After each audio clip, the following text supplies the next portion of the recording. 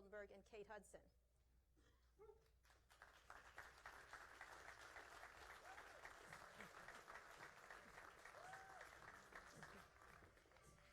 How you doing? Oh, I got the stone. You got the stone, right. I was wondering what song was gonna. Well, we try to do good ones for you. Waited to go up. We're so glad to bring you to a mall. We're very excited about that. I hope you enjoyed your corn dog and more. So we're going to talk about the company itself. Why don't you, Adam, start by explaining, because Fabletics, which you're one of the co-founders of, Kate, is one of the several different commerce. So why don't you just give people an idea of what you guys run? Yeah, so Textile is the parent company. Textile. And we're really about reimagining... Textile. I get the joke. Yeah. Very funny. And we're really about reimagining the fashion industry. So how brands are built, how we interact with customers, and also how we treat our people. And to date, over the last 7 years, we've built 4 brands. So we have Just Fab, Fabletics, Shoe Dazzle, and Fab Kids. Give you an idea, we're about $650 million in annual sales. We're profitable, about 2,000 employees worldwide. Most of our business is here in North America, but we do have a nice presence in Western Europe. Mm-hmm. And it's been like all business. It's been had its challenges, but it's been pretty fun and exciting. And here we are. And so you're at $650 million, which is about what the size of what different businesses? I'm trying to think. Lululemon is. Yeah, so Lulu does about $2 billion in sales. Right. And then, Kate, you're with the Fabletics group, and that's about $150 million in sales right now. It's actually bigger. Yes. 250. Okay. So how did you get involved? I mean, one of the things that's interesting about Shoe Dazzle, I think Kim Kardashian, who I've interviewed, if I can believe this, several times, was involved with that, and you got involved with this. How did you get involved? Because bringing celebrities into these commerce things seems to be a huge trend. Right. Well, yeah. Bringing brand awareness. Right. You know, we're celebrities are always used for brand awareness and stuff. For me personally, I always wanted to get involved in something in fashion, but I was very careful about what that was. You know, and I had some interesting offers that sort of came about that I would say. Come on. We don't dish like that. Yes, we do. No, I don't. Okay. But there were some things, and I always, for me, it was always about message and the things that I really wanted to kind of, you know, walk the walk, talk the talk is really important for me for it to have a message that feels authentic to me. And I was introduced to these guys by some friends. They had an idea. There was a hole in the market. They sat down with me. We talked about it, and I kind of went, oh, well, that's interesting. Like, I didn't think in fashion I would have gotten into. It took me a second. I was like, so let me understand this. We're online. We're e-commerce. It's going to be an athleisure wear brand that you think. Wait, did you just call it athleisure? Yeah. Okay. Yeah. It's taking a moment. In the dictionary. It's in the dictionary as of this year. So. I don't read the dictionary a lot, but go ahead. So we sat and talked, and then I walked away with it, and I thought, you know, they wanted me to bring me on to sort of create the company with them, and I just went, and after about a week of really meditating on it, I just felt like it was a really good fit for me, and I really liked what they were doing, and I was like, let's do it, you know, and so we formulated the business, and we started talking about what the brand message was and the kinds of clothes we wanted to put out there, and they were incredibly helpful to me in learning how the business model worked and works, and that's really how it came about. So what was you want to bring in well-known brand people? I mean, Kate's known for health and wellness and things like that. What are you thinking when you're doing this? And you had Kimura. Can I? Sure. Well, what's interesting is that I wasn't really known for health and wellness. Right. I think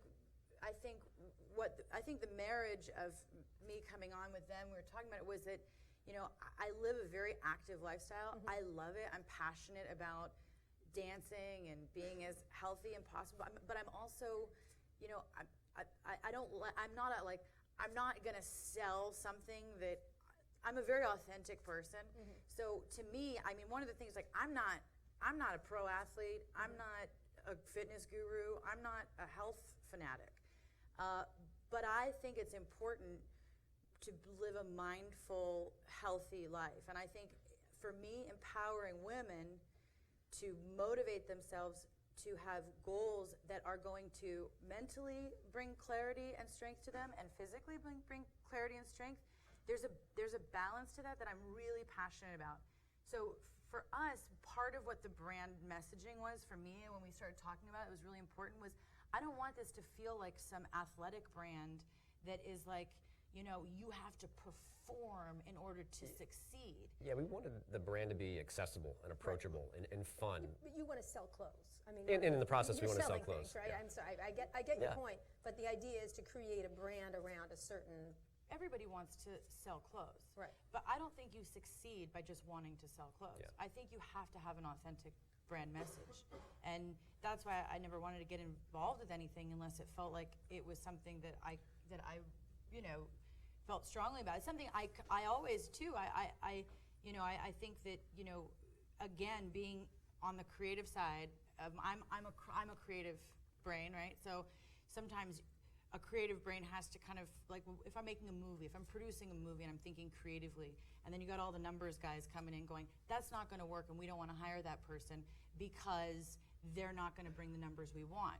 I'm going to fight them and I'm going to say, I don't care about your numbers. I care about the best person for the job. Okay. So, All right, so talk about the business a little bit, because we're going to get into some of the practices too. I mean, Yep. you guys have been dinged, not Fabletics and the whole thing for some of the subscription things. We'll get into that in a minute. But talk about the business right now, how you look at the business. It's a membership business. You have a VIP membership. It's subscription, essentially. Yeah, well, first and foremost, we look at it as a fashion business. We're Okay. building fashion brands. Everything that we sell, we design ourselves. Our entire first floor of our campus is designers, merchandisers, production teams. Sourced in China, wherever. Actually, all over the world. All over the world. Most of our footwear is in China. The apparel, though, is really all over the world. We're completely vertically integrated. So the e-commerce technology platform is our own. We do all of our own fulfillment, all of our own customer service. Okay, you do your. And we really think that if you think about the fashion world, like what it means to be a great fashion brand, it really is about vertical integration. So if you think about Gap, which is the largest fashion company in the United States, just bigger across the world, you know, they would never think about outsourcing their real estate. They would say that's a core competency. We have to do our real estate ourselves. But for some reason, they think it's okay to outsource their technology and say, hey, our e-commerce platform will outsource. Our media buying will outsource. Maybe some aspects of social media and other parts of the business they'll outsource, which just doesn't work for building a fashion brand. So when we built Textile, we said, hey, what does a fashion brand built in a digital age need? And an interesting fact is there has not been a major fashion brand built since 1999, which is Lululemon. And if you think about 1999, it's before e-commerce, social media, and the smartphone. Right, there have been a lot of retail brands, though, built in that Small, time. though, actually. Well, not many. Under Armour, I mean, you can think of a. Pre-1999, actually. Oh, was it? I guess it was, yeah. Yeah. But in terms of getting larger, Under sure. Armour's just recently. Yep. You mean that's married to digital that strongly? Well, even just like most of the big brands that are here, even that are big at e-commerce today, really built their brands first in retail. Right. So the question is, with retail declining for apparel and internet growing, like where will the fashion brands of the future be built? Right. And that's really where we think we're actually just in the early innings of. So what do you guys do each? What do you do and what do you do? What is your job? well, quite different. I got that. He's got. You're not coding. No, I'm not coding. Okay. No. They don't let me code either Okay, all right, good. anymore.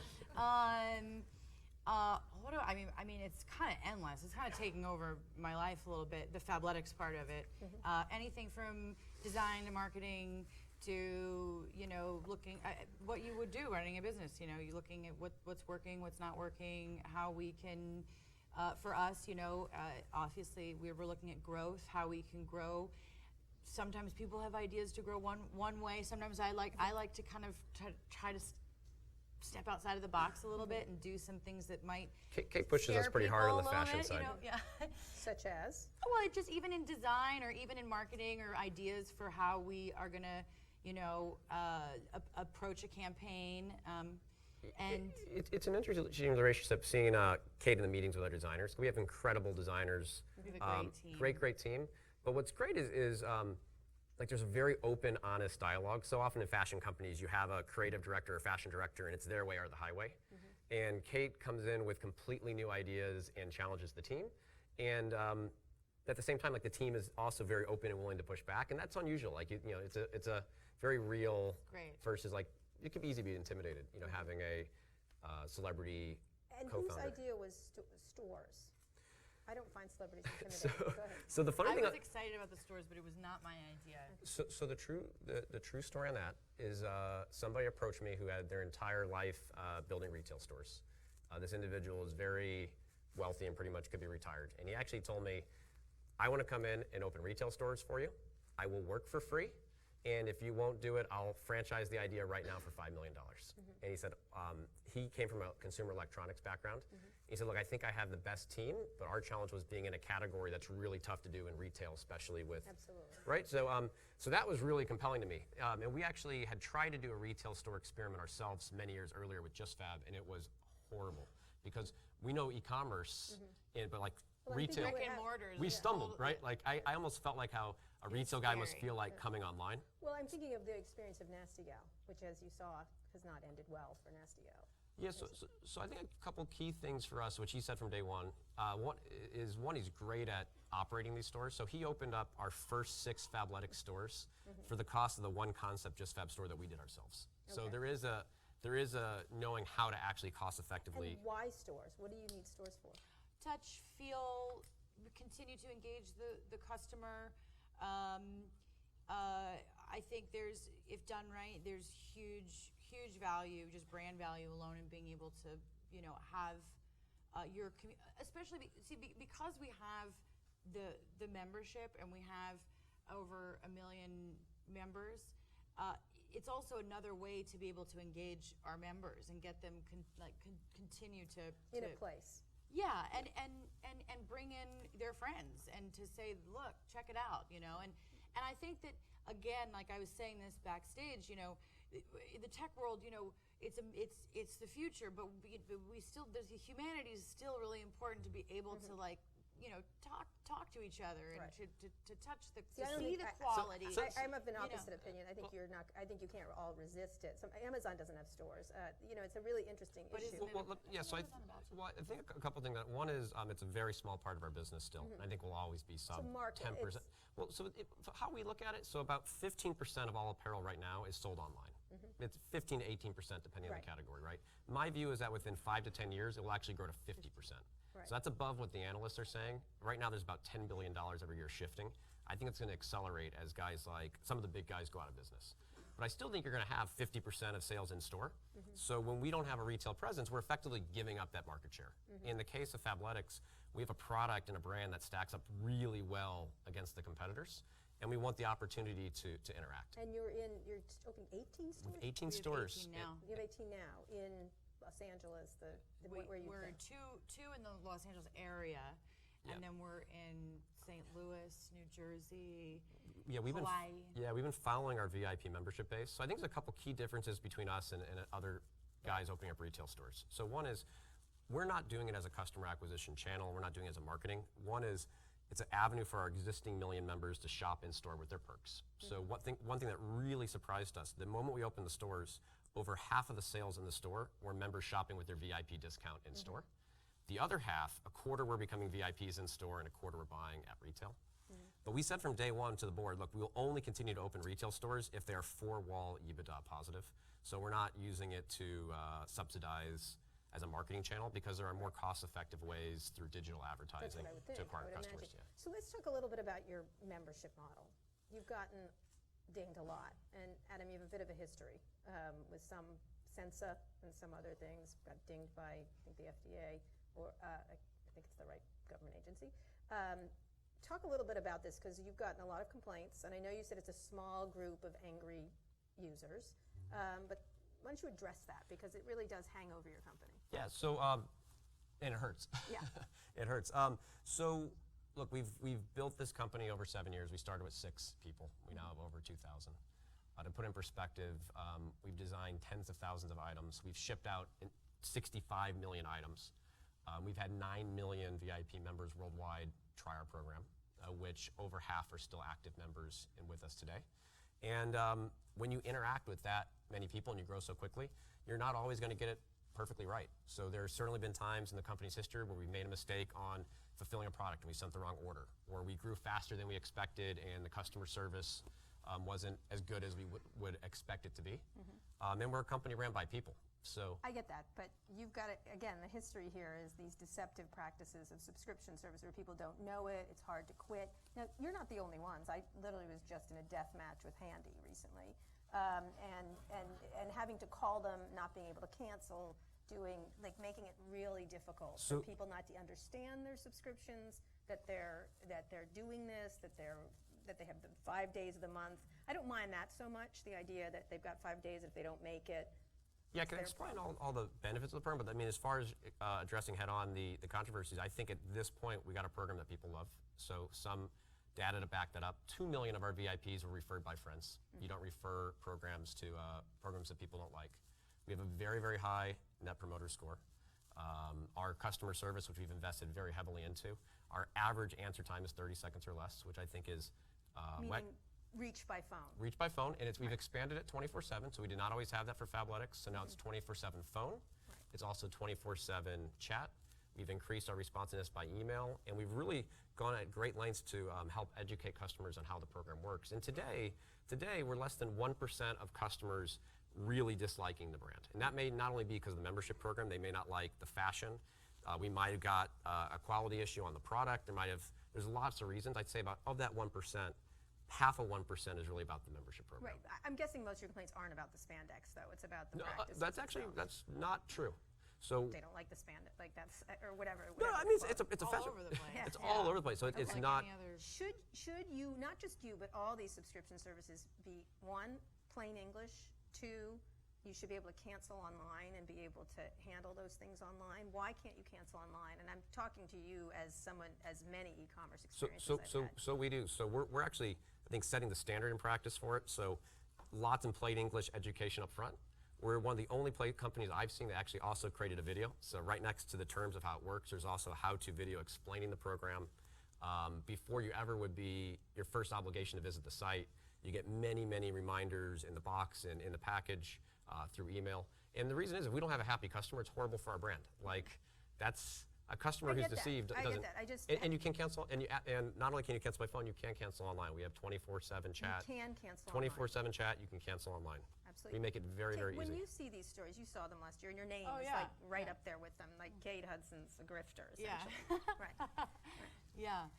Look, I'm not, I think for me, we've talked about this quite a bit, internally, and because I'm sure your publicist is like, not. I think it's par for the course. We've grown really fast, and I think that, again, like I was saying backstage, I like to see like the positive side of things, which is that it does make you have to work to a higher standard, because if there's anything negative that comes out, it just gets picked up, as everybody knows, and that if you've got something that's going to get more hits, they're going to make it a headline, and so you just have to be very on top of everything.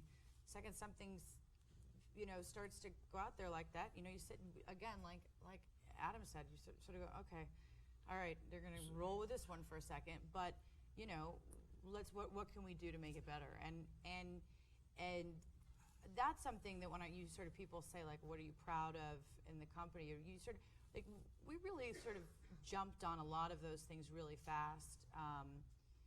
To grow how we did in 3 years, and when you really look at the numbers, not just the noise, I'm really proud of that. And do you want a dissatisfied customer? No, that's never anybody's intention going into anything. But I think there's a way to handle it. There's a way to be really classy about it. There's a way to fix it, and I do think that we're on the edge of something that is a new way of doing things. That is sort of we're marrying fashion and this membership.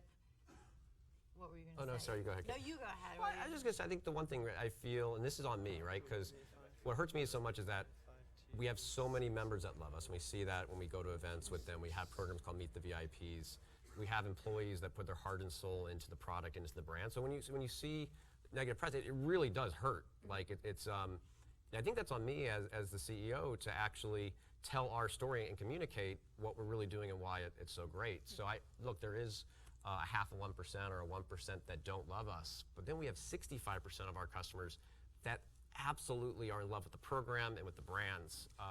They're I think 80 for me it's really hard because I'm an actor first and foremost, and I love making movies. I like making people happy, right? So it's like when you have one person that's going, I'm really not happy with you, you're like, I don't like that feeling. But at some point in all of this, you have to go, okay, we're not going to make, not everybody's going to love, you're not going to make everybody happy. Can I ask you a question though? Sure. So, because this is actually something too, we've also looked at internally and with the board, like, okay, hey, is there really a problem, and how big of a problem is there, right? So one of the things we did is, well, let me put it this way, if you were to ask on a scale 1 to 10, would you recommend this brand to friends and family? If you really felt you were duped, what score would you give?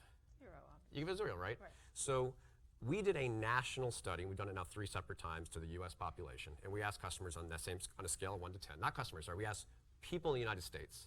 First question is, what brands have you bought? So if they bought Lulu, they got the NPS question for Lulu. If they bought us, they got it for us. Of the customers who have bought our brands, about 2% for Fabletics, and on most of the brands, 1% gave us a 0 to 2, right? 65% gave us a 9 or a 10.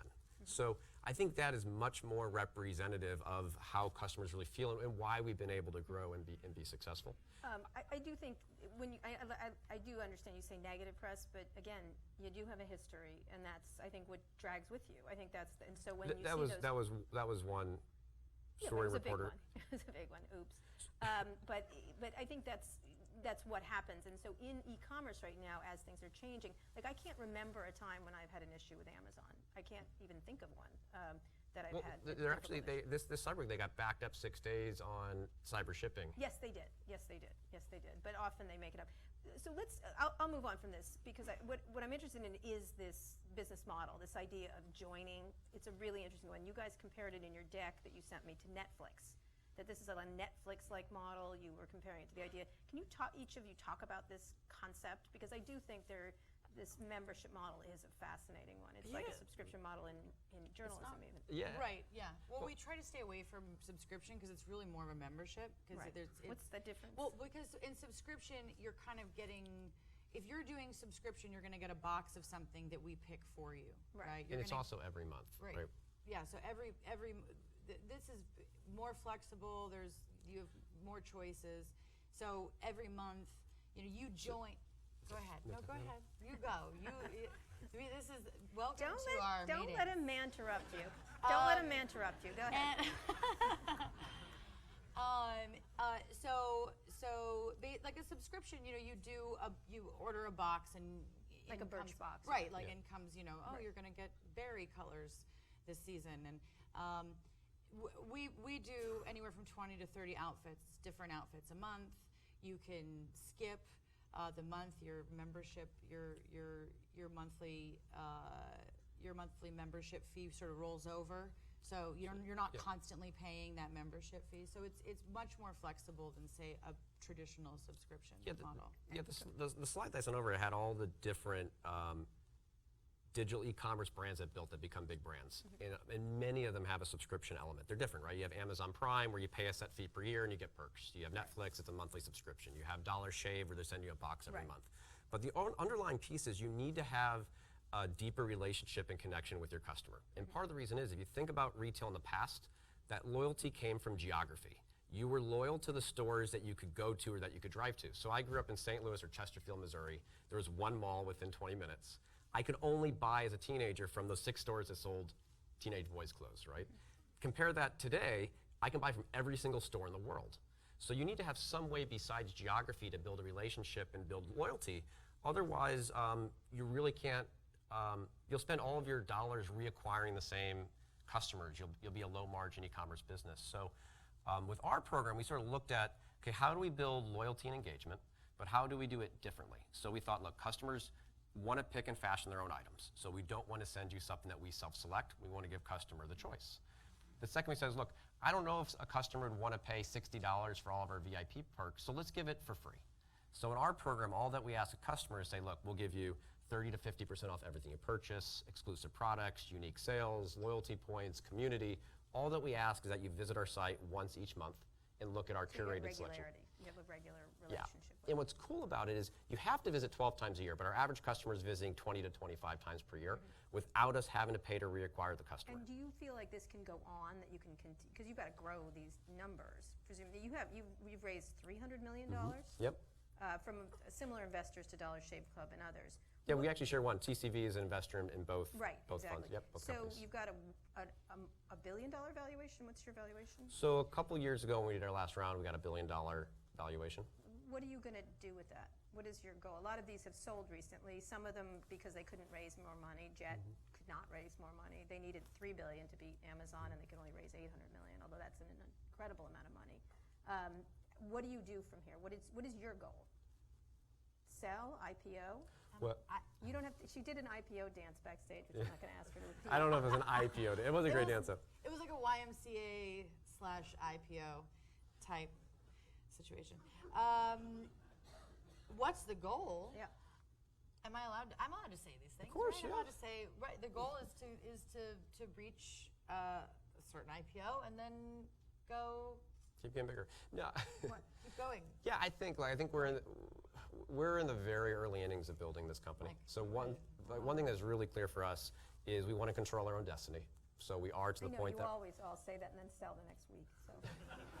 Well, I mean, look, I think one of my regrets, look, I wish we still owned enough of the company that was only our decision. So one of the consequences that come from $300 million is we have investors that entrusted us. We do need to make them a return. So decisions on going public and on selling are not entirely our own decision.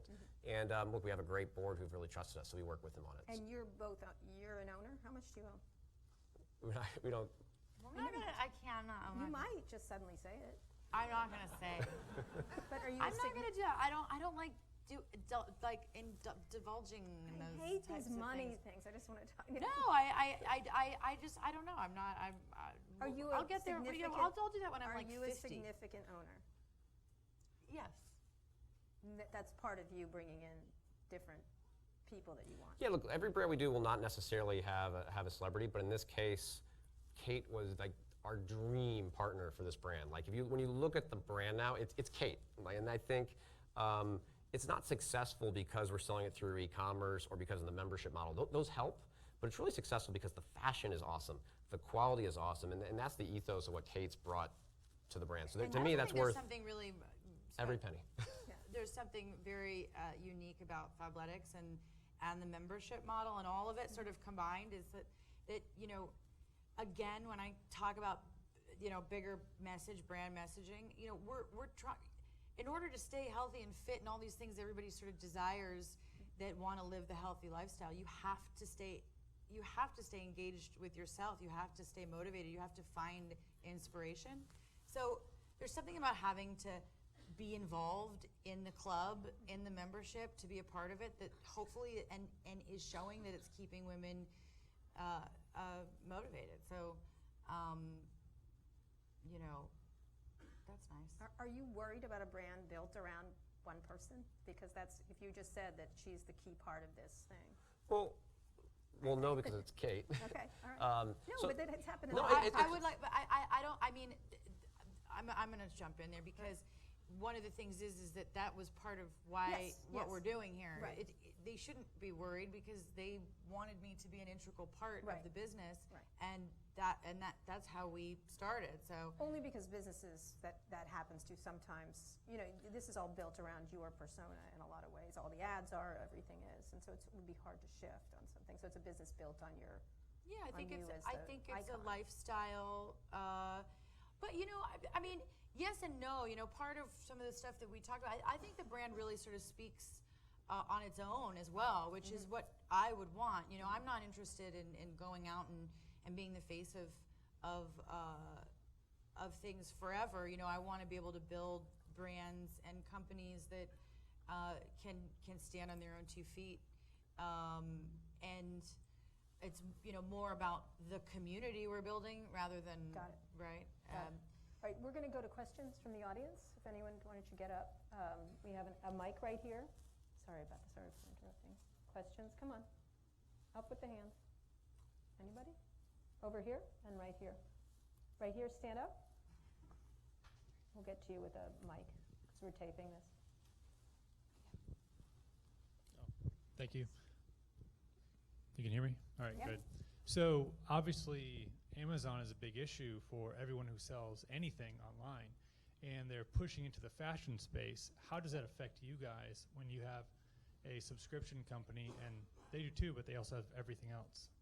That's an excellent question. Amazon, like, I would just give up if I was Well, in so complete it's funny. commerce right now. So the funny thing is Don and I, my other co-founder of Textile, we actually had a great beauty business, Derm Store, that we sold to Target because we saw Amazon coming.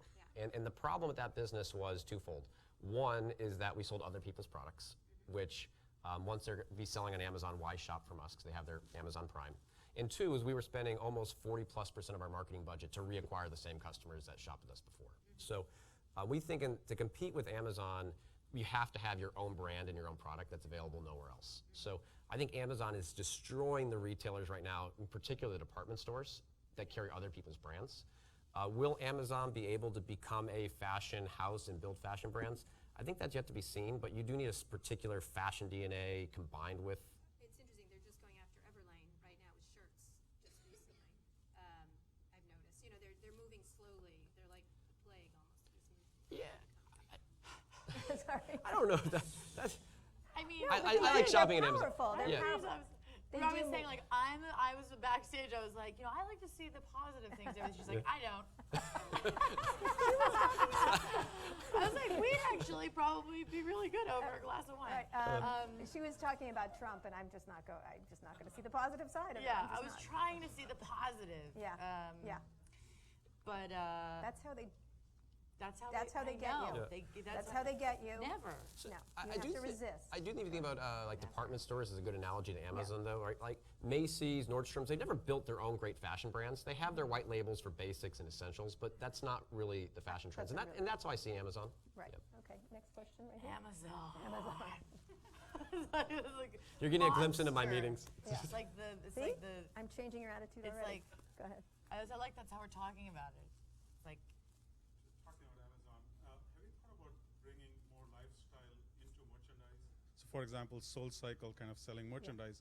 Here you go reverse, you have yoga classes and other lifestyle things which totally is outside the reach of Amazon.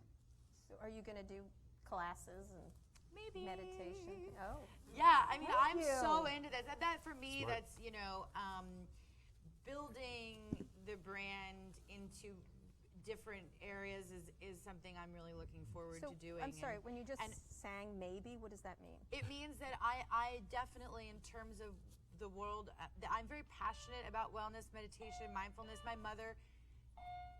Is that?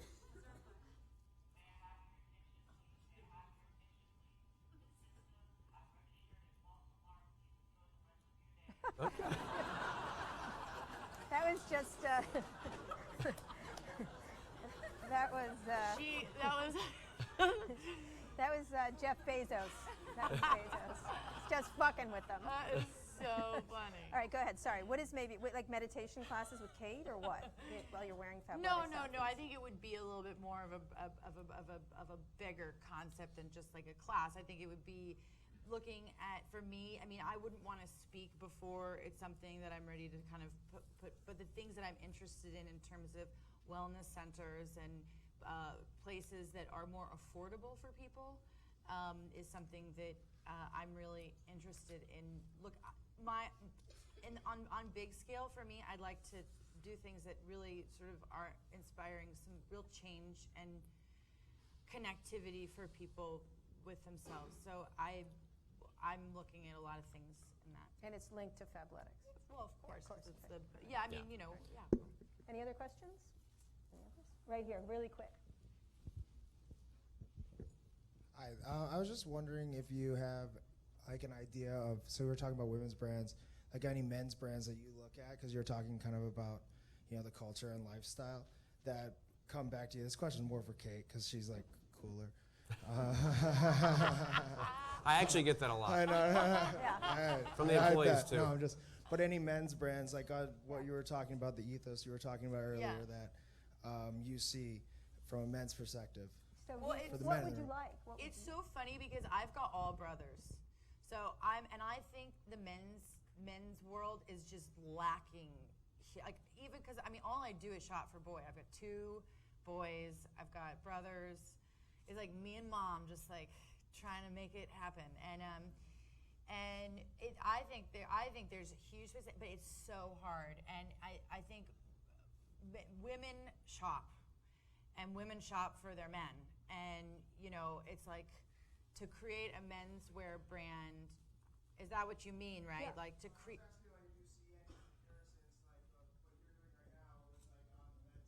He's like, I don't know, like a Matthew McConaughey swimsuit line. Oh, yeah. You know what I mean? Like something like that.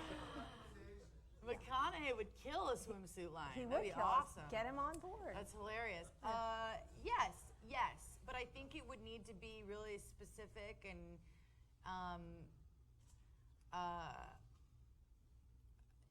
but I don't see it happening right now. If I was doing men's in this, I would sort of, the whole kind of, I think, lifestyle that James Purse has done has been really amazing, even though he's men and women, but I think men are very much,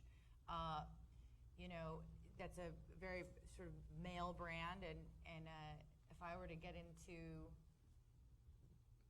I don't think it has been done, no, not yet.